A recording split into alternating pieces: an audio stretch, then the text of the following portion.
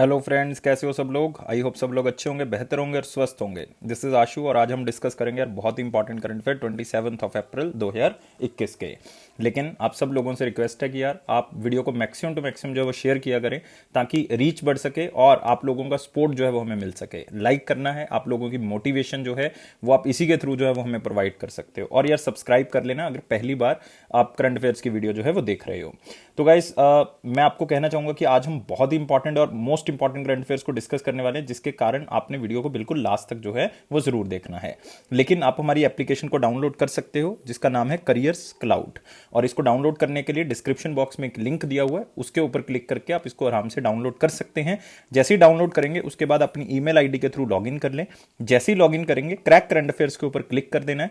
करेंगे तो 1 साल या 2 साल की सब्सक्रिप्शन आपने बाय कर लेनी है। मतलब 1 साल मतलब 12 महीने या फिर 24 महीने की सब्सक्रिप्शन आप बाय कर सकते हैं।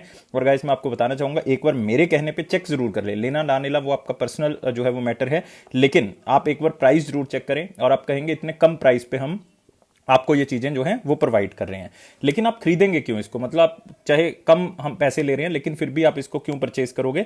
इसमें यार हम आपको बहुत ही बेनिफिशियल चीजें दे रहे हैं और आपकी करंट अफेयर की प्रेपरेशन जो है वो बहुत ही अच्छी हो जाएगी। बिकॉज हम आपको प्रोवाइड करें daily current affair section. Daily current affair में आपको 3 तरह के सेक्शन मिलेंगे, जिसमें एक में डिटेल्ड करंट अफेयर होगा पर्टिकुलर उसी दिन का, एक में होगा क्वेश्चन एंड आंसर फॉर्मेट में करंट अफेयर उसी दिन का, और एक होगा क्विज सेक्शन जो आप हमारी एप्लीकेशन के ऊपर अटेम्प्ट कर सकते हो और देख सकते हो कि आपको उस दिन का करंट अफेयर याद है या नहीं है। नेक्स्ट होगा दोस्तों वीकली सेक्शन। वीकली सेक्शन में भी सेम आपको डेली की तरह प्रैक्टिस करवाई जाएगी। मतलब एक आपको डिटेल्ड वीकली करंट अफेयर मिलेगा, एक आपको क्वेश्चन एंड आंसर फॉर्मेट में वीकली करंट अफेयर मिलेगा, एक आपको मिलेगा क्विज सेक्शन। क्विज सेक्शन का मतलब है आप हमारी एप्लीकेशन के ऊपर जाके वीकली क्विज जो है वो दे सकते हो, जिससे आप अपनी प्रेपरेशन को जो है वो आप टेस्ट कर सकते हो। नेक्स्ट होगा मंथली सेक्शन, जो कि सबसे इंपॉर्टेंट सेक्शन मैं मानता हूं, क्योंकि इसमें हम आपको कई तरह की पीडीएफ देते हैं ताकि आपका जो करंट अफेयर सेक्शन है बहुत अच्छा हो सके। जैसे कि स्टडी पीडीएफ, इसमें आपको पूरा डिटेल में करंट अफेयर मिलेगा, थ्योरेटिकल मैनर में आपको करंट अफेयर मिलेगा। आप आराम से पढ़ो उस करंट अफेयर को।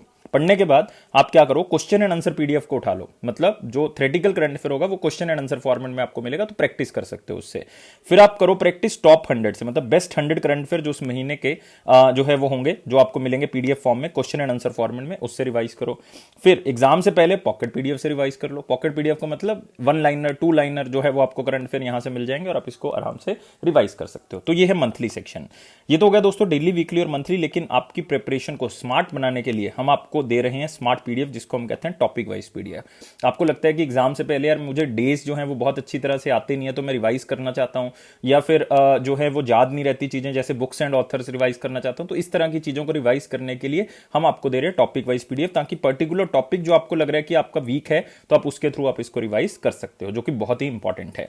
एक होगा बैंकिंग एस्पिरेंट्स के लिए, जो बैंकिंग एग्जाम की तैयारी कर रहे हैं उनको हम 3 चीजें अलग से प्रोवाइड करते हैं। जैसे कि आपको banking and economy related content मिलेगा पीडीएफ फॉर्म में, क्वेश्चन एंड आंसर फॉर्मेट में करंट अफेयर्स मिलेंगे, एक होगा क्विज सेक्शन स्पेशली बैंकिंग के बच्चों के लिए, जो हमारी एप्लीकेशन के ऊपर आके आप अटेम्प्ट दे सकते हो। नेक्स्ट होगा एग्जाम पीडीएफ। इसका मतलब क्या है कि यार जैसे कि मान लो आपका एग्जाम कल है, तो आप ऐसे थोड़ी करोगे कि जनवरी की पीडीएफ उठाओगे, फरवरी की उठाओगे, फिर मार्च की उठाओगे, अप्रैल की उठाओगे, तो ऐसा नहीं होगा। तो इसमें आप क्या करोगे, हम क्या करते हैं एक ही पीडीएफ के अंदर पिछले सारे महीनों का करंट अफेयर जो इस साल का होगा वो उसमें ऐड करते रहते हैं। तो आपको क्या करना है, सिर्फ एक ही पीडीएफ को उठाना है और वो इंपॉर्टेंट करंट अफेयर्स पढ़ लेना है, और एग्जाम से पहले ये बहुत ही ज्यादा इंपॉर्टेंट है।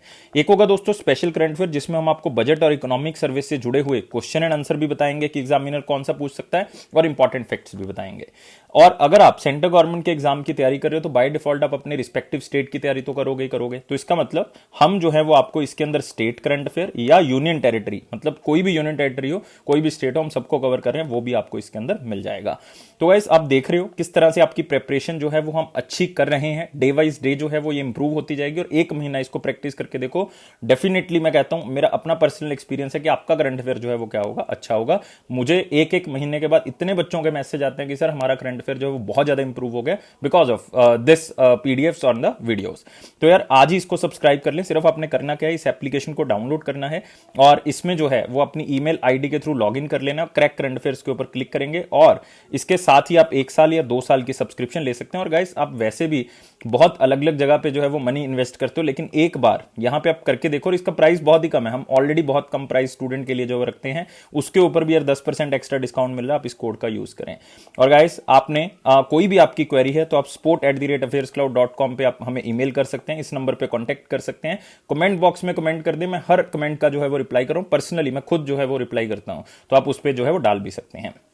तो आइए स्टार्ट करते हैं 27 अप्रैल 2021 का करंट अफेयर। और आगे बढ़ने से पहले मैं सारे बच्चों से कहना चाहूंगा कि यार लाइक्स हमें चाहिए, ये मतलब सपोर्ट है जो आप हमें प्रोवाइड कर सकते हो। 700 प्लस लाइक्स चाहिए, सब्सक्राइब करना है चैनल को, और साथ ही साथ जो है वो अपने शेयर करना है मैक्सिमम टू मैक्सिमम, ताकि आपके व्हाट्सएप ग्रुप, टेलीग्राम ग्रुप में ये बात पहुंच सके कि करंट अफेयर जो है वो बहुत ही अच्छे लेवल पे हम प्रिपेयर करते हैं, ऑप्शंस भी डिस्कस करते हैं। तो काफी बच्चे मुझसे कंप्लेंट करते हैं कि सर टाइम जो है वो ज्यादा हो गया है अप्रैल महीने से, इससे पहले जो है वो आप आधा घंटे का लेक्चर लेते थे। तो यार आपने एक बार नोटिस की होगी कि अप्रैल के अंदर जो है वो हमने थोड़ा सा क्वालिटी इंप्रूवमेंट के ऊपर जो है फोकस किया, हम हर ऑप्शन को भी डिस्कस करते हैं ताकि आपकी प्रेपरेशन अच्छी हो सके। तो गाइस पहला क्वेश्चन है मोस्ट इंपॉर्टेंट सेक्शन में, विच स्टेट वन द ई पंचायत पुरस्कार 2021 ranking first under category first. मतलब मैं आपको बताना चाहूंगा कि ई पंचायत पुरस्कार के अंदर टोटल 3 कैटेगरीज हैं दोस्तों, 1, 2 और 3। तो यहां पे एग्जामिनर ने पूछ लिया, मतलब मैंने आपको पूछ लिया कि कैटेगरी 1 में किसने जीता है, तो आपका आंसर क्या होगा, उत्तर प्रदेश होगा। मतलब इस क्वेश्चन का आंसर क्या होगा, उत्तर प्रदेश होगा। अगर कैटेगरी 2 के अंदर पूछ लेते तो आंसर क्या हो जाता, आपका तेलंगाना हो जाता। अगर कैटेगरी 3 के अंदर पूछ लेते तो आंसर क्या हो जाता, कर्नाटका हो जाता। तो इसमें सेकंड पोजीशन याद करने की जरूरत नहीं है, सिर्फ पहली कैटेगरी के अंदर, दूसरी कैटेगरी के अंदर, तीसरी कैटेगरी के अंदर सिर्फ पहली पोजीशन जो है वो आपने क्या रखनी है, इसमें याद रखनी है। और आपको पता ही है कि ये अवार्ड जो है वो कौन प्रेजेंट करेगा, तो बाय डिफॉल्ट मिनिस्ट्री ऑफ जो पंचायत होगी वो इसको क्या करेगी, जो है वो आगे बढ़ाएगी। मतलब आप कह सकते हो यूनियन मिनिस्ट्री ऑफ पंचायती राज की तरफ से ये अवार्ड जो है वो दिए जाते हैं, लेकिन इन अवार्ड्स को नरेंद्र मोदी जी ने जो है वो रिप्रेजेंट किया। और आपको पता है यूनियन मिनिस्ट्री ऑफ पंचायती राज किसके अंडर आती है, नरेंद्र सिंह तोमर जी के अंदर आती है। और नरेंद्र सिंह तोमर जी की कॉन्स्टिट्यूएंसी कौन सी है, मोरेना, मध्य प्रदेश जो है वो उनकी क्या है, कॉन्स्टिट्यूएंसी है। तो बहुत ही इंपॉर्टेंट चीजें जो है मैं आपको बता चुका हूं, एक बार हम देख लेते हैं कि इसके अंदर कुछ रह तो नहीं गया। तो आप यहां पे देख सकते हो उत्तर प्रदेश ने इस अवार्ड को जीता है 2021 का ई पंचायत पुरस्कार कैटेगरी 1 के अंदर।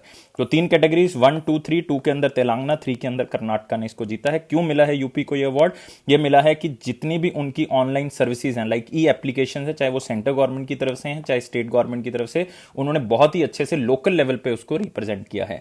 और मैं आपको एक बात बताना चाहूंगा दोस्तों, ये अवार्ड जो है वो 24 अप्रैल को रिप्रेजेंट किए जाते हैं। उसके पीछे कारण है कि नेशनल पंचायती डे जो है वो कब मनाया जाता है, 24 अप्रैल को, क्योंकि इसी दिन 1992 में कॉन्स्टिट्यूशन को अमेंड करके 73rd अमेंडमेंट के थ्रू हमने पंचायती राज जो है वो कॉन्स्टिट्यूशन के अंडर ऐड कर दिया।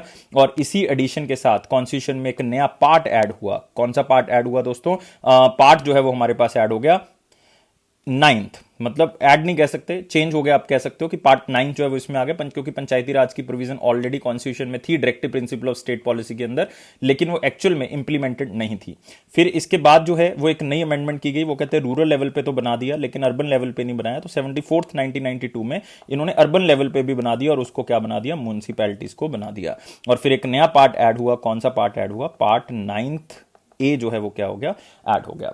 तो शेड्यूल 2 ऐड हो गए कॉन्स्टिट्यूशन के अंदर, शेड्यूल 11th और शेड्यूल 12th जो है वो हमारे पास क्या हो जाएंगे, ऐड हो जाएंगे एज इन द कॉन्स्टिट्यूशन। तो बहुत सी इंफॉर्मेशन आपको यहां से मिल चुकी है। और एक बात याद रखनी है कि रिपब्लिक डे के अंदर सबसे जो अच्छी झांकी का अवार्ड है, मतलब जो सबसे अच्छा रिप्रेजेंट किया किस झांकी ने, तो वो अवार्ड किसको मिला था, उत्तर प्रदेश को मिला था। 32 टैब्ल्यू थे, मतलब 32 झांकियां थी, जिसमें सबसे अच्छा अवार्ड जो है वो किसको मिला है, उत्तर प्रदेश को मिला। इसके पीछे दोस्तों एक कारण है, क्या कारण है कि इन्होंने रिप्रेजेंट झांकी के अंदर अपनी के अंदर क्या किया था, इन्होंने रिप्रेजेंट किया था यूपी का थीम, वो क्या था, Ayodhya, the cultural heritage of Uttar Pradesh. तो ये याद रखना है कि थीम क्या था, अयोध्या था दोस्तों, क्या था, अयोध्या। चलो तो अब बात करते हैं उत्तर प्रदेश के बारे में। उत्तर प्रदेश के बारे में याद रखना, चीफ मिनिस्टर तो आपको पता है, यहां पे आप हंसता हुआ चेहरा देख सकते हो, योगी आदित्यनाथ जी का। आजकल कोविड-19 से जो है वो पीड़ित हैं, लेकिन हम कामना करते हैं कि बहुत ही जल्दी स्वस्थ होकर जो है वो आ जाएंगे। और गवर्नर जो है वो आनंदीबेन पटेल हैं, जिनके पास एडिशनल चार्ज है मध्य प्रदेश का भी, क्योंकि लालजी टंडन जी का रिसेंटली देहांत हो गया था, जो मध्य प्रदेश के गवर्नर थे। और दोस्तों आपने 3 टाइगर रिजर्व जो है वो यूपी के अंदर याद रखने हैं। कौन कौन से टाइगर रिजर्व आप याद रखोगे, एक तो बहुत ही फेमस है दुधवा टाइगर रिजर्व, जो one of the largest tiger reserve है यूपी का। नेक्स्ट आप याद रखेंगे पीलीभीत, पीलीभीत टाइगर रिजर्व, बहुत ही फेमस। नेक्स्ट याद रखेंगे अमनगढ़, और जो यूपी से बिलोंग करते हैं वो बिल्कुल यहाँ पे हंस रहे होंगे कि सर हमें ये तो पता ही है, दुधवा, पीलीभीत और अमरगढ़। नेक्स्ट क्वेश्चन के ऊपर बढ़ते हैं।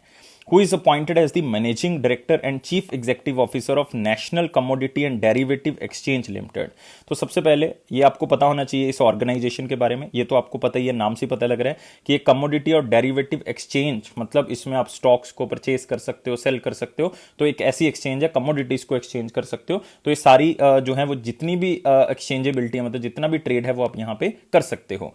और इसका मैनेजिंग डायरेक्टर और सीईओ किसको लगाया गया है? इनके लगाए गए हैं दोस्तों अरुण रास्ते। तो रास्ते से याद रहेगा पाथ, तो वो इस रास्ते पे चल चुके हैं कि वो मैनेजिंग डायरेक्टर और चीफ एग्जीक्यूटिव ऑफिसर बन सकें। तो मेरे ख्याल से यहां से आंसर जो है वो बिल्कुल क्लियर होगा।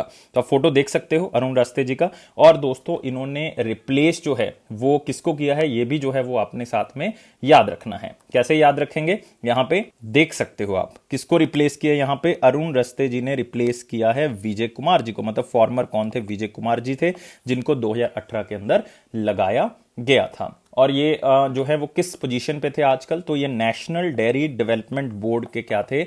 एग्जीक्यूटिव डायरेक्टर थे। मतलब हमारे लिए काम करनी है, लेकिन यहां पे नाम किसका आ गया? National dairy development board. दोस्तों याद रखना है, नेशनल डेयरी डेवलपमेंट बोर्ड के जो करंटली चेयरमैन है वो कौन है? वो है श्रीमती वर्षा जोशी। याद रखना है, इंपॉर्टेंट क्वेश्चन है, नेशनल डेयरी डेवलपमेंट बोर्ड। क्योंकि इसके पहले कौन थे? इसके थे दिलीप रथ थे। तो वो जो है वो रिटायर हो गए थे 2020 में। बेसिकली हम बात कर रहे हैं दिसंबर की न्यूज है ये, नवंबर एंड और दिसंबर स्टार्टिंग की। तो वर्षा जोशी जी को क्या लगाया था? नेशनल डेवलपमेंट डेयरी बोर्ड के चेयरमैन लगाया गया था। तो बिल्कुल याद रखेंगे, सारी चीजें जो है वो आपको पता होनी चाहिए। स्पेशली जो है वो यहाँ पे नाम जो है वो आपके लिए इंपॉर्टेंट है। फिर यहाँ पे आप और भी ऑप्शन देख रहे हो यार, जैसे कौन सी देख रहे हो यहाँ पे? सबसे पहले आप ऑप्शन देख रहे हो कौन सी? जीआर चिंताला जी की। और यार मेरे ख्याल से मुझे जो है वो बताने की जरूरत नहीं है जीआर चिंताला जी के बारे में। सबको पता है कि वो चेयरमैन है कौन से बैंक के? National bank for agriculture and rural development, NABARD की बात कर रहे हैं, जिसको 1982 में जो है वो इस्टेब्लिश किया गया था। लेकिन रिसेंटली इनको एक इंटरनेशनल बॉडी का भी जो है वो चेयरमैन लगाया गया है। वो बॉडी कौन सी है दोस्तों? वो है Asia Pacific rural and agriculture credit association. मैं दोबारा से रिपीट कर रहा हूं, Asia Pacific rural and agricultural credit association, उसका भी इनको चेयरमैन लगाया गया है। नेक्स्ट आप यहां पे देख रहे हो नाम किसका? जीपी संपता का। और जीपी संपता का मतलब यहां पे बात हो रही है चीफ स्टैटिस्टिशियन ऑफ इंडिया। मैं लिख देता हूं यहां पे, chief statistician of India, statistician of India. तो बिल्कुल याद रखेंगे CION, CIAN, chief statistician of India. इनको अपॉइंट किया गया डॉक्टर जीपी समांता या समंता। नेक्स्ट है डॉक्टर अजय माथुर। मेरे ख्याल से बताने की जरूरत नहीं, इनको बनाया गया president of international solar alliance. तो कोई भी चीज जो है वो आपने भूलनी नहीं है। इंटरनेशनल सोलर अलायंस का इनको क्या बनाया गया है? डायरेक्टर जनरल रिसेंटली बनाया गया है। तो सारी ऑप्शंस जो है वो यहाँ पे कवर हो चुके हैं, इंपॉर्टेंट इंफॉर्मेशन हम कवर कर चुके हैं। अब आते हैं अगले क्वेश्चन के ऊपर। अगला क्वेश्चन है दोस्तों, which country named its first Mars rover as Zhurong और Zhurong after a traditional fire god? मतलब उस कंट्री के जो अग्नि देवता हैं उनका नाम है जुरोंग, और उन्होंने, इस कंट्री ने ही अपने मार्स का जो रोवर है उसका नाम भी क्या रखा है? जुरोंग रखा है। जैसे कि मैं एक एग्जांपल देता हूं, आपने अभी एक मिशन सुना था आर्टेमिस मिशन, जैसे कि मैं यहां पे लिख रहा हूं ARTEMIS। ये मिशन दोस्तों किसका है? ये नासा का मिशन है, मून मिशन है ना। मून मिशन हमने रिसेंटली कवर किया है। तो आपको पता है कि इसमें एक रोवर होगा, लैंडर होगा, है ना। तो मतलब जो लैंड करेगा, तो दो तरह की लैंडिंग होती है दोस्तों, एक सॉफ्ट लैंडिंग होगी, एक क्रैशिंग लैंडिंग होगी। एक क्या होगी? क्रैशिंग लैंडिंग होगी। तो ये जो चाइना का मिशन है ये सॉफ्ट लैंडिंग वाला मिशन है। और सॉफ्ट लैंडिंग मतलब आराम से उतरेंगे, क्रैशिंग मतलब वहां पे जाके जो है वो क्रैश कर जाएगा और बाहर जो है वो अपने आप ही जो है वो रोवर आ जाएगा। और यहां पे इस रोवर का दोस्तों नाम क्या है? इस रोवर का नाम है जुरोंग। और ये कौन सी कंट्री से बिलोंग करता है? चाइना से। और दोस्तों ये कौन से मिशन की हम यहां पे बात कर रहे हैं? चाइना की, जो चाइना ने रिसेंटली जो है वो लॉन्च किया था लाइक फरवरी 2021 में, जिसका नाम था तायान-1। मैं यहां पे लिख रहा हूं नाम, TIANWEN, तायान-1। तो इसको याद रखना आपने, या थायान-1 इसको भी कह सकते हैं, तो एक ही बात है। तो तायान-1 जो कि एक स्पेस प्रोब है, जो कि देखेगा कि वहां पे जो हमारे पास आप कह सकते हो कि मार्स है, मंगल ग्रह है, तो वहां पे जाके देखेगा कि पानी है सरफेस के ऊपर, आइस है, या क्लाइमेट कैसा है, सरफेस इन्वायरमेंट कैसा है, तो ये सारी चीजें जो है वहां पे स्टडी की जाएंगी। तो चाइना का मिशन ताइनवेन 1, जिसके रोवर का नाम क्या है, ज़ुरोंग, जो कि वहां पे क्या करेगा, सॉफ्ट लैंडिंग जो है वो करेगा। और चाइना ऐसा तीसरा कंट्री दोस्तों बन गया है जो वहां पे अपने रोवर के थ्रू जो है वो तीसरी मतलब सॉफ्ट लैंडिंग जो है वो करेगा, क्योंकि सोवियत यूनियन कर चुका है ऐसा पहले, सोवियत यूनियन कर चुका है, United States of America already कर चुका है। तो चाइना तीसरी कंट्री बन जाएगा अगर वो सक्सेसफुल हो जाता है वहां पे सॉफ्ट लैंडिंग करने में मार्स के ऊपर, मतलब मंगल ग्रहण के ऊपर। और दोस्तों याद रखना है, और ये चाइना पहला एक ऐसा कंट्री बन चुका है जो मून के ऊपर भी, मतलब चंद्रमा के ऊपर भी, माँ के ऊपर भी जाके जो है वो उस साइड को एक्सप्लोर करके है, उस साइड के ऊपर जो है वो खोज करके है, जो कि बहुत ही कम एक्सप्लोर्ड है, जिसके बारे में हमें नहीं पता, जानकारी नहीं है। तो चाइना एक ऐसा कंट्री है। तो आपको पता है कि चाइना किस तरह से जो है वो अपनी इनोवेशन की टेक्नोलॉजी को आगे लेके जा रहे हैं। तो हमें जो है वो उससे सीखना चाहिए, रेदर देन कि हमें उनसे लड़ना चाहिए या वो हमसे लड़ रहे हैं, तो कुछ भी आप कह सकते हैं, लेकिन हमें यार उसके अकॉर्डिंग देखना चाहिए, क्योंकि हम कंपेरेटिव फॉर्म में नहीं है चाइना के। हम कंपेयर करते हैं लाइक डेवलपिंग कंट्रीज में चाइना और इंडिया को, लेकिन हम चाइना और इंडिया को एज सच कंपेयर नहीं कर सकते। क्यों? क्योंकि चाइना के अंदर यार बहुत सी बुलेट ट्रेन हैं, मतलब आप देखोगे वहां पे हर ट्रेन ऑलमोस्ट बुलेट ट्रेन है, और 300 के आसपास जो है वो मानी जाती है कि वहां पे है। हमारे यहाँ पे अभी एक भी नहीं है, तो इसका मतलब हम कहीं ना कहीं इंफ्रास्ट्रक्चरल लैक कर रहे हैं चाइना से। तो बिल्कुल हमें उसके ऊपर फोकस करना होगा। तो बाकी कंट्रीज आप यहां पे देख रहे हो दोस्तों, उनकी कंट्रीज के जो मार्स मिशन है उनका नाम जो है वो थोड़ा सा, बिल्कुल मैं ज्यादा नहीं कहूंगा आपको कि हाँ आपने मतलब इसको याद रखना है, तो सिर्फ एक थोड़ा सा आपने आइडिया से लेना है। जैसे चाइना का तो आपको पता लग गया, ताइनवेन है, जिसका रोवर जो है वो कौन सा होगा, ज़ुरोंग होगा। ऐसे ही नासा ने जो है वो रिसेंटली लॉन्च किया था, कौन सा, एक रोवर लॉन्च किया था जिसका नाम था परसिवरेंस। याद रखना है, परसिवरेंस। ये मार्स का मिशन है, ये नासा का है दोस्तों, रोवर है ये। और एक इसका हेलीकॉप्टर था जो हमने रिसेंटली कवर किया था, इनजेन्युटी। क्या था जिसका नाम, इनजेन्युटी। तो ये भी आपने याद रखना है। मार्स 2020 मिशन है ये नासा का। तो यूनाइटेड स्टेट्स ऑफ अमेरिका का हो गया। एक यूएई का याद रखना है, यूएई का था होप, ये भी याद रखेंगे बिल्कुल, है ना, याद रखना है आपने, ये सारी चीजें जो हैं वो याद रखनी है बिल्कुल। और ऐसे ही रशिया ने दोस्तों एक 2016 में किया था जिसका नाम था एक्सोमार्स। क्या था, एक्सोमार्स 2016। ये रशियन स्पेस एजेंसी रॉसकॉस्मोस की तरफ से जो है वो लॉन्च किया गया था। तो मेरे ख्याल से सारी चीजें क्लियर हो चुकी हैं। China names Mars rovers after traditional fire god, जिसका नाम है थ्रोंग। और ज़ुरोंग जो है वो ताइवान स्पेस प्रोव का जो है वो रोवर होगा, और ये फरवरी 2021 में जो है वो मार्स के ऑर्बिट में अराइव कर चुका है और प्लैनेट के ऊपर लैंड करेगा मई 2021 में। और इससे क्या होगा कि ताइवान 1 जो है वो चाइना के एक ऐसा मिशन बन जाएगा जो कि आगे जाके मतलब किसी आदमी को या औरत को वहां पे भेजेंगे, और मून में भी जो है वो इसको आगे जो है वो कंटिन्यू किया जाएगा। और चाइना पहला कंट्री ऐसा बन चुका है जो मून पे जाके जो है वो ऐसी चीजों को एक्सप्लोर करेगा जो कि अब तक अनएक्सप्लोर्ड हैं। तो इस चीज को आपने थोड़ा सा याद रखना है। तो काफी चीजें हम यहां पे डिस्कस कर चुके हैं, लेकिन अगर आपको एग्जामिनर जो है वो स्पेस एजेंसी पूछ ले तो आपने याद रखना है ये है CNSA, मतलब मैं बात करूंगा चाइनीज या China national space administration, China national space administration, जिसका गठन 1993 में किया गया था। हमारे लिए इंपॉर्टेंट नहीं है इसका हेडक्वार्टर कहां पे, बीजिंग चाइना के अंदर। चाइना के बारे में पता है, कैपिटल बीजिंग है और प्रेसिडेंट शी जिनपिंग है। नेक्स्ट आते हैं, who one 12th Barcelona open title 2021। ये उनका 12th टाइटल है दोस्तों।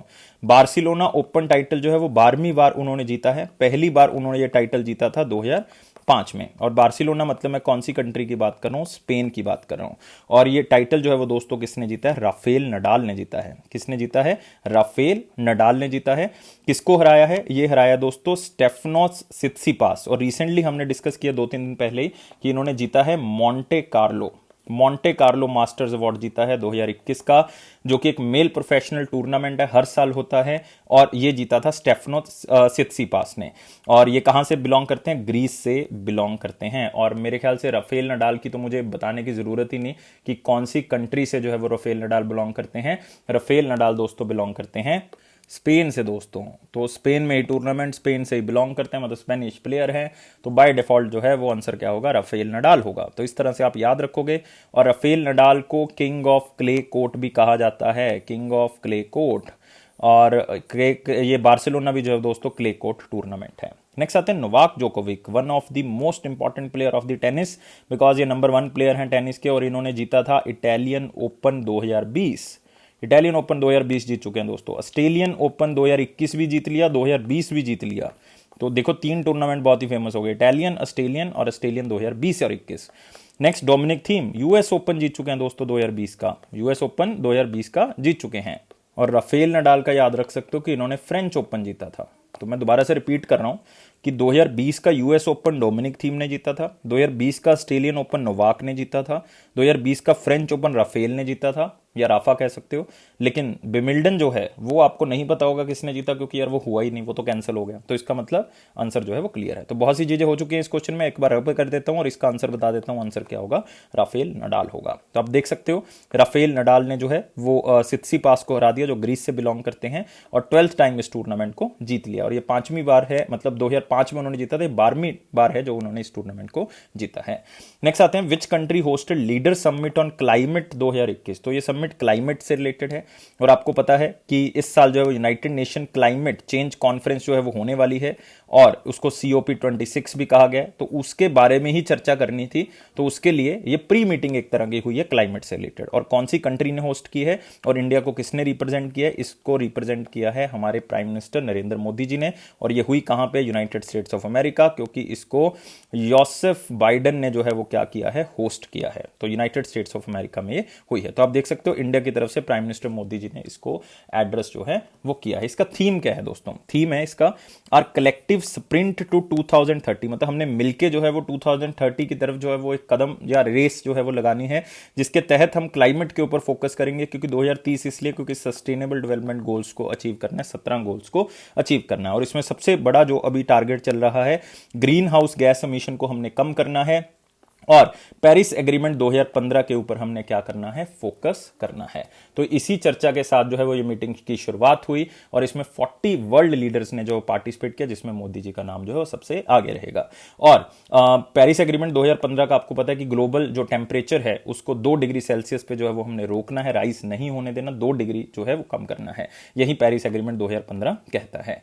और COP26 के बारे में बात कर रहे थे कि ये प्री मीटिंग है यार COP26 की, मतलब जो conference of United Nations climate change conference है उसकी 26वीं मीटिंग। और ये कहां पे होनी है दोस्तों, स्कॉटलैंड में होनी है। एग्जैक्ट जगह ग्लासगो होगी। अगर आपको कंट्री पूछ लें तो वो यूनाइटेड किंगडम आपका आंसर हो जाएगा। तो याद रखना है कि ये कहां पे होगी, यूनाइटेड किंगडम में होगी, ये नवंबर में होगी। लेकिन और यहां पे आप देख सकते हो यूनाइटेड स्टेट्स ऑफ अमेरिका और इंडिया के बीच में climate and clean energy agenda sign हुआ है 2030 का, और इसको प्राइम मिनिस्टर मोदी जी ने जो है वो लॉन्च भी किया दोनों कंट्रीज के बीच में, ताकि हम दोनों कंट्रीज मिलकर फाइनेंस को इकट्ठा कर सके और क्लीन एनर्जी इनोवेशन के ऊपर जो है वो अपने काम को इकट्ठा कर सकें। खास करके पूरे 10 साल के अंदर हम बहुत ही अच्छा काम कर सकें। नेक्स्ट, एक लीड IT इनिशिएटिव जो है वो इंडिया और स्वीडन ने स्टार्ट किया था। इसका मतलब था leadership group for industry transition, मतलब हमने इंडस्ट्रीज के अंदर कार्बन एमिशन को कम करना है, उसके लिए इंडिया और स्वीडन ने टाई अप किया था। अब यूनाइटेड स्टेट्स ऑफ अमेरिका भी इसको ज्वाइन कर चुका है, मतलब ये लीड IT के अंदर 3 कंट्रीज हो गई हैं। एक है दोस्तों, बहुत ज्यादा जो बैंक्स हैं, अलग अलग कंट्री के सेंट्रल बैंक्स हैं, उन्होंने कार्बन न्यूट्रलिटी के ऊपर फोकस किया कि 2050 तक हमने कार्बन एमिशन को जीरो कर देना है, कार्बन न्यूट्रल कर देना है हर कंट्री को। 43 इंटरनेशनल बैंक्स ने इसके ऊपर जो है वो हां जताई है कि हम ऐसा करेंगे। और खास करके ग्लासगो के अंदर इसके ऊपर बातचीत भी होगी, जिसको नाम दिया गया Glasgow financial alliance for net zero. मतलब ग्लासगो के अंदर वो कंट्रीज अब पैसा डालेंगी जो नेट जीरो के ऊपर फोकस करेंगे 2050 तक। तो मेरे ख्याल से सारी चीजें आपको यहां पे क्लियर होंगी, और इंडिया को रिप्रेजेंट करने वाली कंट्री भी क्लियर है। सिंगापुर याद रखना है दोस्तों, वर्ल्ड इकोनॉमिक फोरम का जो एनुअल सेशन है, वैसे तो वो दावोस स्विट्जरलैंड में होता है, लेकिन 2021 का सेशन कहां पे होना है, सिंगापुर के अंदर होना है। तो इस चीज को आपने याद रखना है। नेक्स्ट क्वेश्चन के ऊपर आते हैं दोस्तों। अगला क्वेश्चन है हमारे पास वेरी इंपॉर्टेंट क्वेश्चंस के ऊपर, लेकिन वीडियो को लाइक करना है, 700+ लाइक्स, और एक दिन के अंदर इसको अचीव कराना है। ऐसे नहीं 5-6 दिन के अंदर आप लाइक्स आ रहे हैं तो आ जाएंगे वो। सब्सक्राइब करना है चैनल को, अगर पहली बार देख रहे हैं शेयर करना है मैक्सिमम टू मैक्सिमम। तो वेरी इंपॉर्टेंट क्वेश्चन में पहला क्वेश्चन है, इंडिया ने 11 मेडल जीत लिए दोस्तों। ऑल इंडिया बॉक्सिंग एसोसिएशन की जो youth men's and women world boxing championship है, उसके अंदर इंडिया ने 11 मेडल जीत लिए हैं। 11 में से 8 जो हैं वो गोल्ड हैं और 3 जो हैं वो ब्रॉन्ज है, मतलब सिल्वर कोई नहीं जीता, सिर्फ गोल्ड और ब्रॉन्ज मेडल जीते हैं। और मैं आपको एक खास बात बताना चाहूंगा इसके अंदर, पहले क्वेश्चन देख लेते हैं। ये किस कंट्री ने होस्ट किया, तो याद रखना ये किस कंट्री ने होस्ट किया, इसको पोलैंड ने होस्ट किया। और दोस्तों कंट्री जो है वो पोलैंड रहेगी, लेकिन एग्जामिनर आपको एग्जैक्ट प्लेस भी पूछ सकता है, तो याद रखना है काइल्स जो है वो एग्जैक्ट प्लेस है, KIELCE। तो ये जो है वो एग्जैक्ट प्लेस है पोलैंड के अंदर। ये अप्रैल 10 से लेकर 24 के बीच में हुई है। और इसमें दूसरा स्थान जो है वो रशिया का है और तीसरा स्थान जो है वो उज्बेकिस्तान का है, क्योंकि इंडिया ने इसके अंदर टॉप किया दोस्तों 11 मेडल्स के साथ। ये बहुत ही अच्छी खबर है स्पोर्ट्स के जो हमारे प्रेमी हैं उनके लिए। और इंडिया जो है वो इस तरह से जो है वो स्पोर्ट्स में आगे आता जाएगा धीरे धीरे करके। तो अब इसमें बहुत सी कंट्रीज ने पार्टिसिपेट किया, 52 कंट्रीज ने इसके अंदर पार्टिसिपेट किया 2021 के एडिशन में, और 414 इसके अंदर बॉक्सर्स थे। तो इसमें से इंडिया का स्थान जो है वो पहला है। और मैं आपको एक खास इंपॉर्टेंट बात बता रहा था कि 8 गोल्ड में से 7 जो है वो लड़कियों ने जीते हैं यार। ये मतलब आप खुशी से कह सकता हूं मैं, मुझे बहुत खुशी हो रही है खास करके कि 8 में से 7 मेडल जो गोल्ड हैं वो लड़कियों ने जीते हैं। सिर्फ एक मेडल जो है वो एक जो हम कह सकते हैं कि मैन ने जीता है, और उनका नाम है सचिन। क्या है? सचिन। तो सचिन मतलब आप ये मत कहना कि अब यहां पे बात किसकी हो रही है, यहां पे बात हो रही है सचिन तेंदुलकर की। नहीं भाई, सचिन तेंदुलकर की नहीं हो रही, यहां पे बात हो रही है सचिन साइवाच की। तो याद रखना है सचिन साइवाच जो है वो उनका नाम है, हरियाणा से ये बिलोंग करते हैं। इन्होंने ये गोल्ड मेडल जीता है। तो सिर्फ एक मैन और बाकी 7 जो है वो हमारे पास क्या है, वुमेन है जिन्होंने इसको जीता है। तो आप यहां पे देख सकते हो कि किस तरह से यार लड़कियों का प्रदर्शन जो है वो यहां पे आपको दिखेगा, जो कि बहुत ही इंपॉर्टेंट है। तो इंडियन बॉक्सर सचिन साइचवान, उन्होंने जो है वो एक गोल्ड लेके जो है वो हिस्ट्री रच दी है। 8 में से एक आदमी जिसने गोल्ड मेडल जीता, बाकी 7 जो है वो लड़कियों ने जीते हैं। और वुमेन सेक्शन में भी पहले नंबर पे वो रही हैं। और इंडिया ने इस टैली में जो है वो टॉप किया। तो याद रखना है। और ये हर साल टूर्नामेंट जो है वो मतलब बाईएनियल टूर्नामेंट है, बेसिकली 2 साल के बाद होता है। 2020 में ये टूर्नामेंट नहीं हुआ था, तो इसको स्थगित करके 2021 में कर दिया गया था। इस चीज को थोड़ा सा याद रखना है। इससे पहले ये 2018 में जो है वो अवार्ड मतलब ये टूर्नामेंट जो है वो हुआ था। तो 2018 में जो है वो हंगरी में हुआ था, बुदापेस्ट में हुआ था, लेकिन अभी 2020 में होना था, लेकिन 2021 में हुआ पोलैंड के अंदर। तो इसमें ये इसका नाम जो है वो ध्यान से देखियो, ये यूथ लिखा हुआ है। यूथ का मतलब यहाँ पे कितने से कितनी एज वाले जो है वो पार्टिसिपेट करेंगे इसके अंदर। यूथ का मतलब 17 से 18 साल के जो है वो पार्टिसिपेट करेंगे। एक इसमें पहले जूनियर चैंपियनशिप होती थी, जूनियर वाली अब नहीं होती, जूनियर 15-16 के अंदर होती है, वो 15 और 16 साल के लड़के लड़कियां, लेकिन यहाँ पे 17-18 के बीच वाले। ठीक है, तो याद रहेगा, बहुत सी चीजें हम डिस्कस कर चुके हैं। और यहां पे दोस्तों आप याद रख सकते हो ऑल इंडिया बॉक्सिंग एसोसिएशन के बारे में। यस, जिसका हेडक्वार्टर आपको कहां पे मिलेगा, जिसका हेडक्वार्टर मिलेगा लुसान स्विट्जरलैंड के अंदर। बिल्कुल याद रहेगा। चलो आगे आगे आते हैं अगले क्वेश्चन के ऊपर। लेकिन यहां पे आप और ऑप्शंस देख रहे हो यार। यूनाइटेड स्टेट्स ऑफ अमेरिका हमने कल ही डिस्कस किया था। वर्ल्ड टेबल टेनिस चैंपियनशिप जो है वो कहां पे हो रही है 2021 की, यूनाइटेड स्टेट्स ऑफ अमेरिका। पहली बार हो रहा है कि यूएसए इस टूर्नामेंट को जो है वो होस्ट कर रहा है। चाइना, बहुत सी चीजें हो रही हैं दोस्तों चाइना में इस बार, बहुत सी चीजें हो रही है। मैं आपको एक दो बता देता हूं कि कौन कौन सी चीजें हो रही हैं। जैसे एशियन गेम्स हो रही हैं दोस्तों चाइना में। क्या हो रही है? एशियन गेम्स हो रही हैं। कौन से ईयर की? 2022 में होनी है यार, अभी तो 2022 में, क्योंकि 18 में हुई थी इंडोनेशिया में। तो 2022 में कहां पे होनी है एशियन गेम? चाइना में। 2026 में होंगी फिर जाके जापान के अंदर।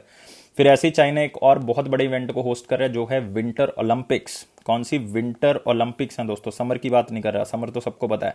विंटर ओलंपिक्स जो है वो 2022 में होनी है दोस्तों, चाइना में होगी वो। तो 2 बड़े इवेंट चाइना में 2022 के लिए। तो याद रखेंगे आप चाइना का नाम, मतलब बहुत ही इंपॉर्टेंट है। नेक्स्ट आप यहां पे देख रहे हो इंग्लैंड का नाम। इंग्लैंड में यार एक बहुत ही बड़ी गेम होने वाली है 2022 में। वो क्या होने वाली है? कॉमनवेल्थ गेम्स 2022 की। यस, तो याद रखना है इंग्लैंड का भी आपने नाम। और 2019 का वर्ल्ड कप आपको नहीं पूछेंगे, अब इंग्लैंड ने और वेल्स ने जो है वो क्रिकेट का वर्ल्ड कप जो है वो होस्ट किया था। बिल्कुल, तो ये तो मेरे ख्याल से बताने की जरूरत नहीं है, क्योंकि बहुत प्रेमी है यार क्रिकेटर के इंडिया के अंदर, तो कुछ भी याद रखने की जरूरत नहीं है। चलो आगे आते हैं दोस्तों, अगले क्वेश्चन के ऊपर आते हैं। अगला क्वेश्चन है हमारे पास, और यहाँ पे एक रिसेंट रिलेटेड न्यूज याद रखेंगे कि इंडिया ने रिसेंटली 14 मेंबर जो है वो इंडिया के बॉक्सिंग कॉन्टिजेंट में गए थे, जिसमें 10 मेडल इंडिया ने जीते, 1 गोल्ड, 8 सिल्वर, 1 ब्रॉन्ज। और ये कहां पे गए थे? ये था बॉक्सम एलीट इंटरनेशनल टूर्नामेंट, जो कि कहां पे हुआ था? स्पेन में। जस्ट पढ़ना है इसको, ज्यादा इंपॉर्टेंट नहीं है ये टूर्नामेंट। जो हमने अभी किया ये ज्यादा इंपॉर्टेंट है, और इसमें सचिन का नाम जो है वो सबसे ज्यादा इंपॉर्टेंट है। देख सकते हो आप यहाँ पे, सिर्फ एक, बाकी सारी लड़कियां हैं यार यहाँ पे। नेक्स्ट आते हैं Padma Bhushan awardee Rajan Mishra ji passed away, he was associated with which field. तो सबसे पहली बात, उनको पद्म भूषण मिला हुआ है, जो कि 3rd हाईएस्ट सिविलियन अवार्ड है। क्योंकि सबसे पहले आपको पता है किसका नाम आता है? सबसे पहले आता है भारत रत्न का, फिर आता है पद्म विभूषण का, फिर आता है पद्म भूषण, फिर आता है पद्म श्री। तो इनको मिल चुका है 3rd हाईएस्ट सिविलियन अवार्ड, और नाम है इनका राजन मिश्रा। राजन मिश्रा ये ब्रदर हैं basically, Rajan Mishra and Sajan Mishra, जो इकट्ठे परफॉर्म करते हैं। तो ये बिलोंग करते हैं दोस्तों क्लासिकल सिंगर कैटेगरी में, और ये इनका घराना जो है वो बनारस स्टाइल ऑफ सिंगिंग करते हैं, मतलब बनारस घराने से जो है वो आते हैं। ख्याल म्यूजिक जो कि बहुत एक ट्रेडिशनल हमारा आप कह सकते हो क्लासिकल म्यूजिक है, तो वहां से बिलोंग करते हैं, और इन्होंने बहुत ज्यादा इंटरनेशनल कंसर्ट्स के अंदर पार्टिसिपेट किया है। इनको साहित्य नाटक अकेडमी अवार्ड मिला, दोनों को इकट्ठा मिला था 1998 में। पद्म भूषण मिल चुका है इनको राजन मिश्रा जी को 2007 के अंदर। तो सिर्फ आपने याद कर रखना है, क्लासिकल सिंगर है, नाम है राजन मिश्रा। ये मैं इसलिए बता रहा हूं कि ये इंपॉर्टेंट है क्योंकि ऑलमोस्ट जितने भी चीफ मिनिस्टर हैं हमारे इंडिया के अंदर, ऑलमोस्ट सबने अपनी कंडोलेंसेस जो हैं वो इनके ऊपर जताई हैं कि यार इनका दुख हो गया, और म्यूजिक इंडस्ट्री के लिए बहुत बड़ा खेद है। आप आशा भोसले का नाम ले, लता मंगेशकर जी का ले, सबने जो है वो शोक जताया कि यार इनका निधन हो चुका है, और इनका निधन कोविड-19 के कारण हो। तो बहुत से लोग हमने कोविड-19 के कारण खो दिए हैं। आप लोगों को भी मैं यही कहना चाहता हूं कि घर पे रहें, स्वस्थ रहें, बाहर ना निकले, बहुत बहुत ज्यादा जरूरी हो तो ही निकले, अगर टल सकता है तो आप टाल दें उसको। तो ये है क्लासिकल सिंगर, आप देख सकते हैं यहाँ पे। और ड्यू याद रखना है, साजन एंड राजन, राजन मिश्रा एंड साजन मिश्रा। तो सारी चीजें डिस्कस कर चुके हैं। अब आते हैं अगले क्वेश्चन के ऊपर। World malaria day is annually observed across the globe on which day. तो यहां पे हो रही है किसकी बात? मलेरिया की बात हो रही है। आपको दो चीजें पता होनी चाहिए कि मलेरिया जो है वो किस चीज से होता है। सबसे पहले उसके बारे में नहीं डिस्कस करेंगे, सबसे पहले डिस्कस करते हैं कि कौन से दिन इसको ऑब्जर्व किया जाता है। 25 ऑफ अप्रैल को दोस्तों ऑब्जर्व किया जाता है। 24 को तो आपको पता है नेशनल पंचायती डे जो है वो मनाया जाता है। तो मलेरिया जो है वो, मलेरिया डे जो है वो 25 अप्रैल को ऑब्जर्व किया जाता है। क्यों? ताकि इसके ऊपर इन्वेस्टमेंट की जा सके, मलेरिया की डिजीज के ऊपर, और कमिटमेंट की जा सके कि हमने मलेरिया को कंट्रोल करना है, इसको प्रिवेंट करना है। क्योंकि यार ये प्रिवेंटेबल डिजीज है, इसको खत्म किया जा सकता है, क्योरेबल है, इससे लोगों को बचाया जा सकता है। इसलिए इसका जो हमने थीम रखा है वो भी क्या रखा है? रीचिंग दी जीरो मलेरिया टारगेट, मतलब हमने मलेरिया को बिल्कुल एलिमिनेट कर देना है। अभी पूरी तरह से एलिमिनेट नहीं किया गया है मलेरिया को, क्योंकि टोटल 87 कंट्रीज हैं according to World Health Organization जिसमें मलेरिया था। लेकिन अभी 2021 का जो डाटा है उसमें ये बता दिया कि 87 में 39 कंट्रीज जो है वो मलेरिया फ्री हो चुकी हैं। कितनी हो चुकी हैं? फ्री हो चुके हैं, मलेरिया फ्री। अब हमारे पास जो है वो कितनी रह गई हैं? ऑलमोस्ट जो है वो हमारे पास कितनी रह गई हैं? 48 कंट्रीज रह गई हैं, और 48 में से भी 46 कंट्रीज में जो है वो 1000 से भी कम केसेस हैं। तो इसका मतलब मलेरिया को खत्म किया जा सकता है। अभी WHO वर्ल्ड हेल्थ ऑर्गेनाइजेशन की तरफ से लॉन्च किया गया है E2025 initiative regarding the malaria. तो आपको पूछा जा सकता है E2025 इनिशिएटिव किस बीमारी को खत्म करने के लिए है? मलेरिया को। इन्होंने कहा कि 2025 तक हमने 25 और कंट्री के अंदर मलेरिया खत्म कर देना है। 2025 तक 25 और कंट्रीज में, सभी जगह पे नहीं, 25 और कंट्रीज में हमने मलेरिया को खत्म कर देना है। ये वर्ल्ड हेल्थ ऑर्गेनाइजेशन का जो है वो क्या है? टारगेट है। और वर्ल्ड हेल्थ ऑर्गेनाइजेशन ने एक रिपोर्ट पब्लिश की थी जिसका नाम है zeroing in on malaria elimination, मतलब हमने जीरो कर देना है मलेरिया एलिमिनेशन में। पहले इन्होंने टारगेट लिया था E2020 रिपोर्ट, मतलब 2020 तक हमने जो है वो जो है इसको खत्म करना था 21 मलेरिया कंट्रीज में, लेकिन हमने 39 में कर दिया। तो मतलब इसको अचीव किया दोस्तों हमने, ठीक है। तो वर्ल्ड हेल्थ ऑर्गेनाइजेशन के बारे में बताने की जरूरत नहीं, सारी चीजें हमें पता है वर्ल्ड हेल्थ ऑर्गेनाइजेशन के बारे में। सर नहीं पता, एक बार बता दें। चलो मैं एक बार बता देता हूं। वर्ल्ड हेल्थ ऑर्गेनाइजेशन का गठन जो है वो 1948 में किया गया था। इसका हेडक्वार्टर जिनेवा स्विट्जरलैंड है, और इसके हेड जो है वो दोस्तों कौन है? वर्ल्ड हेल्थ ऑर्गेनाइजेशन के हैं टेड्रोस। तो याद रखना है दोस्तों, ये चीजें भूलनी नहीं है हमने। और मलेरिया दोस्तों, मलेरिया के बारे में हम जिक्र कर रहे थे, तो मलेरिया जो है वो एक मॉस्किटो मतलब मच्छर से होने वाली जो है वो बीमारी है, और इसको प्लाज्मोडियम पैरासाइट से जो है वो ये जनरली होती है। और उस फीमेल, याद रखना है, लिख रहा हूं मैं, फीमेल एनोफिलिस से ये होती है। मतलब उस मॉस्किटो का नाम क्या है? फीमेल एनोफिलिस, मतलब वो मादा है दोस्तों, एनोफिलिस। तो इस चीज को आपने याद रखना है। तो नेक्स्ट क्वेश्चन के ऊपर बढ़ सकते हैं। थीम हमें पता लग चुका है कि रीचिंग दी जीरो मलेरिया टारगेट, थीम जरूर याद रखना है। नेक्स्ट क्वेश्चन के ऊपर आते हैं। पद्म भूषण अवार्डी, अगेन एक पर्सन की डेथ हो चुकी है दोस्तों, वो भी पद्म भूषण अवार्डी हैं, जिनका नाम है Krishna Murthy Sanathanam. Passed away, he was associated with which field? तो फिर से याद रखना है, थर्ड हाईएस्ट सिविलियन अवार्ड इनको मिल चुका है, और ये है हमारे पास न्यूक्लियर साइंटिस्ट। बिल्कुल, तो याद रखना है कृष्णा मूर्ति। और इनका बहुत बड़ा रोल था जो 1998 में पोखरण जो है वो हमने न्यूक्लियर टेस्ट किया था, पोखरण न्यूक्लियर टेस्ट किया था, जिसके लिए वाजपेयी जी को जाना जाता है। और ये जो है वो उस टाइम पीरियड पे आप कह सकते हो फील्ड डायरेक्टर थे डीआरडीओ डिपार्टमेंट के। किसके? डीआरडीओ के, जिसके करंटली हेड कौन है? जी सतीश रेड्डी। और डीआरडीओ का हेडक्वार्टर कहां पे है? न्यू दिल्ली में है। और इनको पद्म भूषण मिल चुका है दोस्तों 1999 के अंदर। तो बिल्कुल यहां पे नाम याद रखना है, कृष्णा मूर्ति सतनाम सथानम, और ये क्या है? न्यूक्लियर साइंटिस्ट है। नेक्स्ट आते हैं दोस्तों, और यहाँ पे आप फोटो देख सकते हो कृष्णामूर्ति सनातनम जी का, और इनको पद्म भूषण जो है वो मिल चुका है। सारी चीजें डिस्कस कर चुके हैं। अगला क्वेश्चन आते हैं, international financial service centre authority allowed the non banking financial companies investment in the gift city. तो सबसे पहले आपको पता होना चाहिए कि ये गिफ्ट सिटी क्या है और इसके चेयरमैन जो है वो कौन है, international financial service centre authority के। तो सबसे पहले दोस्तों हम बात करते हैं किसकी, गिफ्ट सिटी की बात करते हैं। पहले आपको गिफ्ट का मतलब पता होना चाहिए। गिफ्ट का मतलब है Gujarat international financial technological city या टेक सिटी।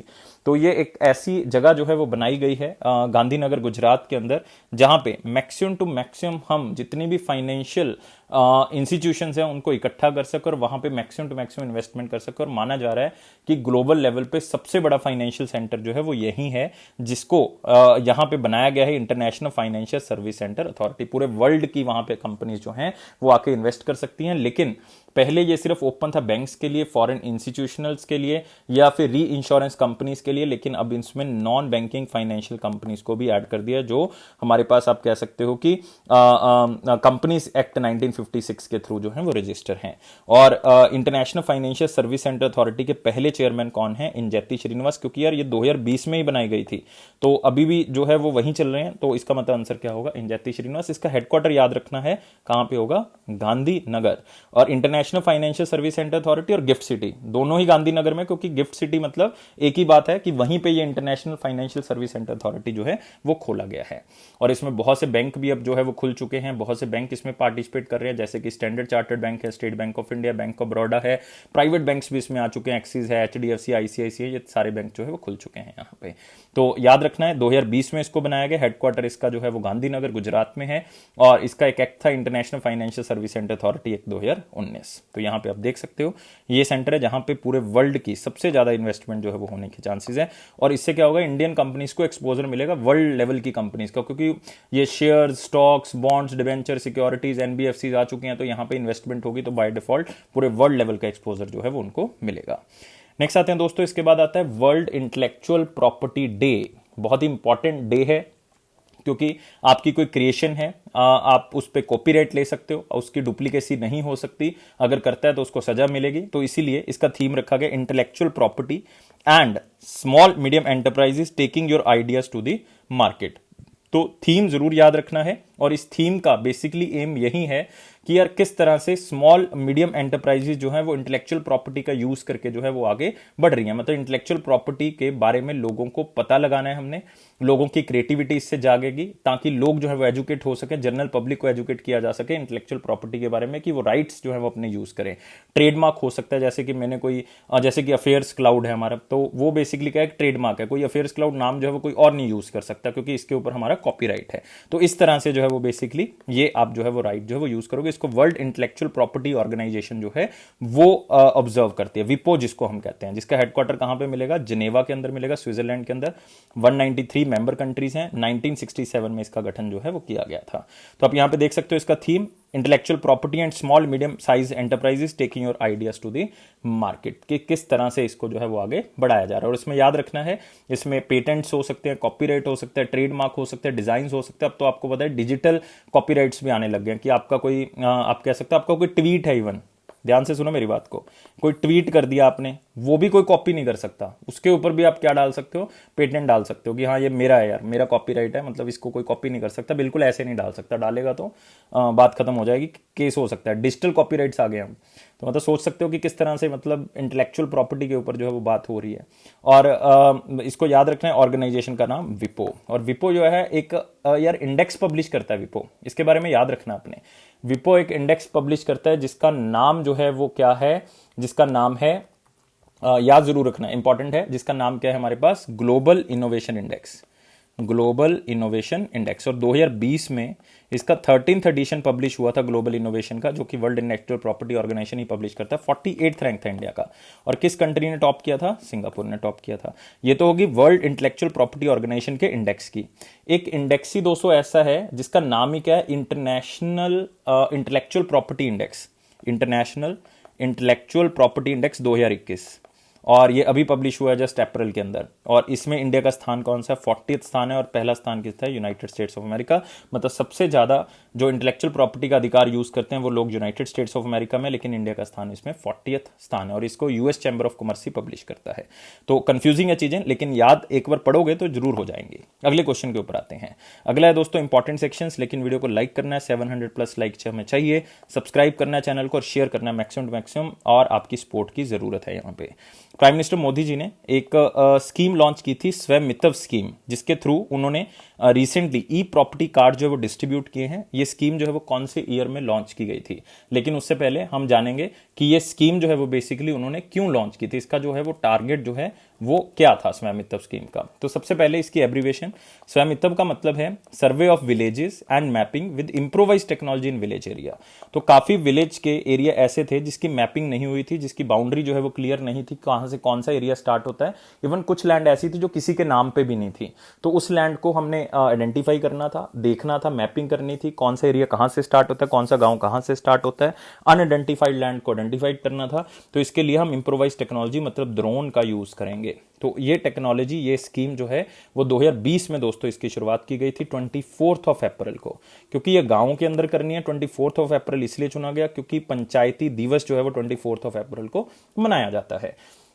तो जितने भी विलेज प्रॉपर्टीज हैं सारी की सारी सर्वे की जाएंगी पूरे इंडिया के अंदर ड्रोन के थ्रू, और प्रॉपर्टी कार्ड जो है वो डिस्ट्रीब्यूट किए जाएंगे।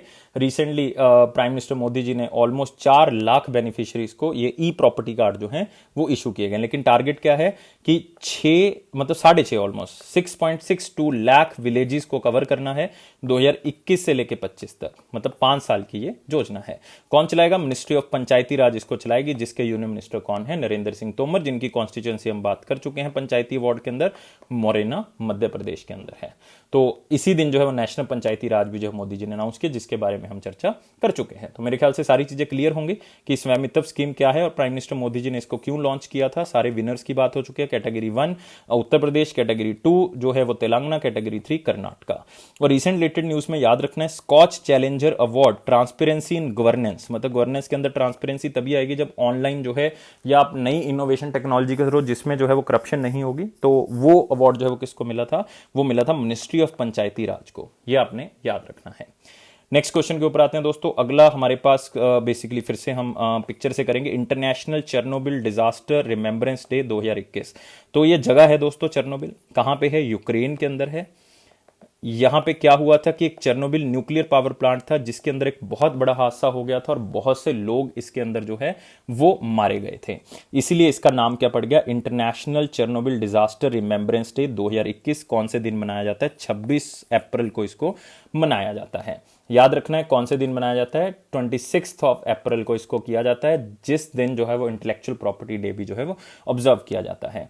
और आपको पता होना चाहिए इस बार ये 35th एनिवर्सरी है, क्योंकि ये इवेंट या आप कह सकते हो ये एक्सीडेंट जो है वो बेसिकली कौन से ईयर में हुआ था, ये हुआ था 1986 के अंदर, जिसमें चेरनोबिल जो हम कह सकते हैं कि यूक्रेन के अंदर एक न्यूक्लियर पावर प्लांट है, वहां पे एक रिएक्टर में से जो है वो गैस जो है वो आप कह सकते हो रेडियो एक्टिव मटेरियल जो है वो क्या कर गया, लीक कर गया, रिलीज हो गया वहां से।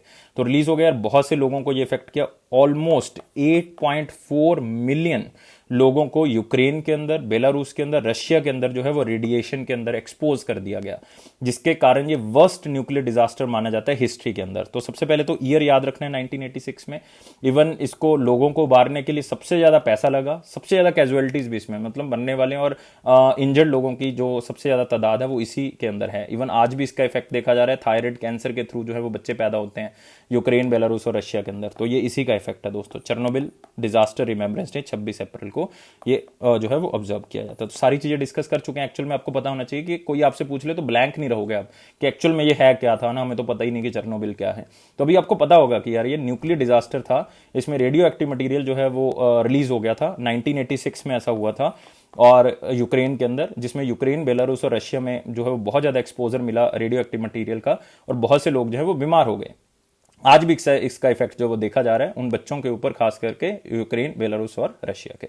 सिंपल 26 अप्रैल को इसको ऑब्जर्व किया था, क्योंकि ये इंसिडेंट जो है 26 अप्रैल 1986 को हुआ था। सिंपल।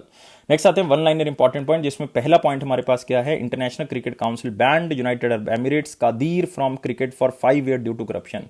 तो आपने यार बहुत रिसेंटली पढ़ा है ऐसे कि यूनाइटेड अरब एमिरेट्स के और भी बहुत से प्लेयर्स को करप्शन के बेसिस पे जो है वो उन्होंने चार्जेस लगा दिए हैं। तो आपको पता है यूनाइटेड अरब एमिरेट्स क्रिकेट में इतना ज़्यादा आगे नहीं है, तो मतलब उनके प्लेयर्स जो हैं वो करप्ट जो है वो उसमें निकले। तो 4-5 प्लेयर्स को इन्होंने बैन कर दिया। तो आपको याद करने की जरूरत नहीं, सिर्फ एक बार पढ़ ले ताकि कई बार ऑप्शन के अंदर देख के याद आ जाएगा।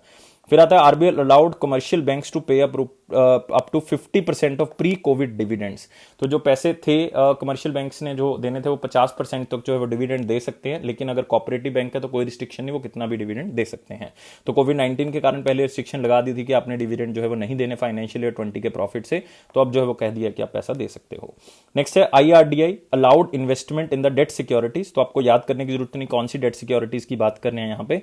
तो यहाँ पे इंपॉर्टेंट है insurance regulatory development authority of India, इन्होंने अलाउ कर दिया है।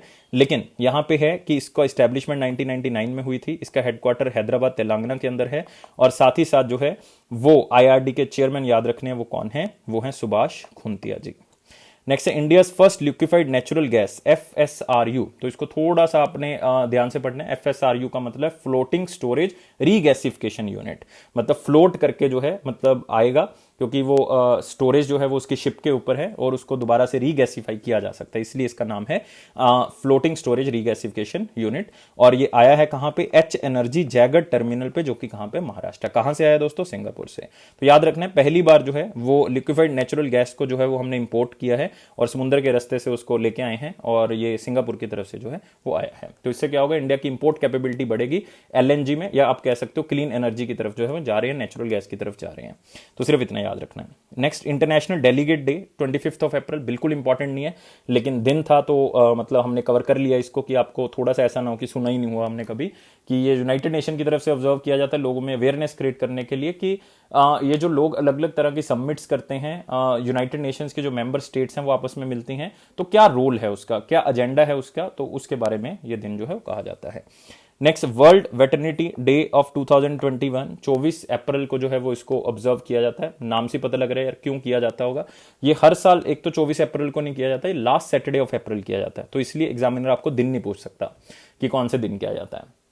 इसका मोटिव यही है कि एनिमल की वेलफेयर, उनकी हेल्थ के बारे में, ग्लोबल लीडरशिप एनिमल्स की हेल्थ के बारे में हमें प्रोवाइड करनी है। इसका थीम क्या रखा गया, the veterinarian response to the कोविड-19 क्राइसिस, कि यार सिर्फ इंसानों के ऊपर नहीं जानवरों के ऊपर भी फोकस करना चाहिए। इसलिए रशिया ने जो है अपनी वैक्सीन भी तैयार की थी कि जानवरों के ऊपर भी जो है, मतलब डॉग्स के ऊपर खास करके जो है वो उनको बचाया जा सकता है कोविड-19 से।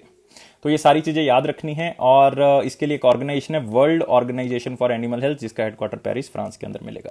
अब आते हैं क्वेश्चन ऑफ द डे 25 और 26 अप्रैल का क्वेश्चन क्या था, which of the following is custodian of India's foreign exchange reserve. जो हमारा फॉरेन एक्सचेंज रिजर्व है, जिसमें पैसा फॉरेन करेंसी में आता है, फॉरेन करेंसी में जाता है, उसको कौन देखता है, तो उसको देखता है दोस्तों स्टेट बैंक ऑफ इंडिया, बिल्कुल गलत है। डिपार्टमेंट ऑफ फाइनेंस गलत है। बोर्ड ऑफ फाइनेंशियल गलत है। आंसर क्या होगा, रिजर्व बैंक ऑफ इंडिया होगा। क्योंकि आपने शायद एक वर्ड सुना होगा खास करके बैंकिंग और इकोनॉमी के स्टूडेंट, बैलेंस ऑफ पेमेंट, जिसमें जितना भी पैसा फॉरेन करेंसी में आ रहा है जा रहा है उसका एक लेखा जोखा होता है बैलेंस ऑफ पेमेंट के अंदर, जिसके आगे दो अकाउंट है, करंट अकाउंट है, कैपिटल अकाउंट है। करंट के आगे दो हैं, इनविजिबल है, और एक क्या है हमारे पास, ट्रेड गुड्स का है। मतलब एक कह सकते हो एक हमारे पास बैलेंस ऑफ इनविजिबल है, बैलेंस ऑफ ट्रेड है। लेकिन मैं इतनी डीप में नहीं जाऊंगा ताकि आप कंफ्यूज ना हो जाओ, किसी दिन बैठ के करेंगे इस टॉपिक को। लेकिन रिजर्व बैंक ऑफ इंडिया देखता है कि कितना पैसा फॉरेन करेंसी में आ रहा है, कितना जा रहा है, वो reserve bank of India decide करता है कि अब हमने और करेंसी फॉरेन करेंसी में डालनी है, नहीं डालनी, क्योंकि उससे क्या होगा, हमारा एक्सचेंज रेट भी जो है वो कंट्रोल होता है। तो सारा कुछ कौन करता है, रिजर्व बैंक ऑफ इंडिया। लेकिन अभी इसी से रिलेटेड एक क्वेश्चन ऑफ द डे है दोस्तों, कि फॉरेक्स के अंदर जो है वो क्या क्या आता है, ये आपने बताना है। फॉरेक्स तो देख लिया कि आरबीआई कंट्रोल करता है, लेकिन इसके अंदर आता क्या क्या है, ये आपने मुझे कमेंट बॉक्स में बताना है। ये बहुत ही फेमस क्वेश्चन है और ये ऑलमोस्ट हर एग्जाम में आ चुका है। स्टेट एग्जाम में मैं देख चुका हूं इसको मैं यूपीएससी में भी देख चुका हूं क्वेश्चन को, और इवन स्टेट पीएससी में देख चुका हूं, बहुत स्टेट्स के पीएससी में मैं देख चुका हूं, बैंकिंग में क्वेश्चन बहुत बार देख चुका हूं। तो याद रखना इस क्वेश्चन को, फॉरेक्स के अंदर क्या क्या चीजें आती हैं। तो 700+ लाइक्स चाहिए अगर आपको वीडियो अच्छा लगा। यार मैं मान के चल रहा हूं कि आपको वीडियो अच्छा लगा होगा। मुझे कमेंट में जरूर बताया करें कि आप लोग खुश हैं या नहीं हैं, वीडियो अच्छी लगती है आपको, नहीं लगती, ये चीजें जो है वो आपने बतानी है, ताकि मैं मोटिवेट हो सकूं कि यार हाँ ये ठीक है। और मैं आपके लिए एक नया इनिशिएटिव लेके आ रहा हूँ, वन लाइनर करंट अफेयर्स, और हर एक ऐसे सेशन के बाद मैं वो वन लाइनर लाइव लिया करूंगा ताकि आप लोग उसमें आंसर कर सकें। 5-6 मिनट का वो वीडियो हुआ करेगा। और चैनल को सब्सक्राइब कर दें और यार बेल बटन को प्रेस कर दें ताकि नोटिफिकेशन आपको मिल सके, और शेयर जरूर कर दें वीडियो को। और ये अफेयर्स क्लाउड का प्रॉमिस है कि यार अगर आप पीडीएफ से पढ़ रहे हो, वीडियोस को देख रहे हो, तो आपका करंट अफेयर सेक्शन जरूर स्ट्रांग होगा, क्योंकि पीडीएफ एक ऐसा माध्यम है जिससे आप अपने सेक्शन को स्ट्रांग कर सकते हो। और पीडीएफ को डाउनलोड करने के लिए आपको सब्सक्रिप्शन लेनी पड़ेगी। सब्सक्रिप्शन आपको एप्लीकेशन से, एप्लीकेशन को डाउनलोड करना है, डिस्क्रिप्शन बॉक्स या लिंक से 10% डिस्काउंट मिल जाएगा अगर आप इस कोड का यूज करते हैं #10 का। और साथ ही साथ दोस्तों याद रखना है कि लाइफ को बहुत ज्यादा सीरियस नहीं लेना, हमेशा खुश रहें, खास करके कोविड-19 के टाइम पीरियड पे खुश रहना बहुत जरूरी है। स्ट्रेस का टाइम पीरियड है, सब लोगों के लिए यार स्ट्रेस का टाइम पीरियड है। आप हैं, हम हैं, मतलब सब लोग स्ट्रेस से गुजर रहे हैं किसी ना किसी तरह से। चाहे वो आप कह सकते हो कि कोई फाइनेंशियल स्ट्रेस से है, कोई आप कह सकते हो कि अपने फैमिली के स्ट्रेस में है, किसी का कोई कोविड के कारण जो वो चला गया है। हम रोज न्यूज करते हैं ओबिचरी के अंदर कि किसी की कोविड-19 के कारण डेथ हो गई है, तो हम तो यार न्यूज करके चले जाते हैं, लेकिन एक्चुअल में पता उनको लगता है जिनके घर में डेथ हुई है। तो ये मान के चलें कि यार वो आपके साथ भी हो सकता है, इसलिए बिल्कुल घर से बाहर ना निकलें, सेफ रहें, बिल्कुल खुश रहें बस। और बहुत बहुत धन्यवाद आपका इस वीडियो को देखने के लिए, और लाइफ को बहुत ज़्यादा सीरियसली आपने नहीं लेना है। और मैं हमेशा कहता हूँ 90 से 95% हमारे ही करंट अफेयर से आएगा। ये मैं लिख के दे सकता हूँ कि 90 से 95% हमारे करंट अफेयर से आता है, और यही अफेयर्स क्लाउड की जेन्युइनिटी है, यही हमारा टीम का हार्डवर्क है। तो यार इसके ऊपर आप रिलाई कर सकते हो। और फिर से कह रहा हूँ बहुत बहुत धन्यवाद इस वीडियो को देखने के लिए। Thank you guys, take care and bye bye.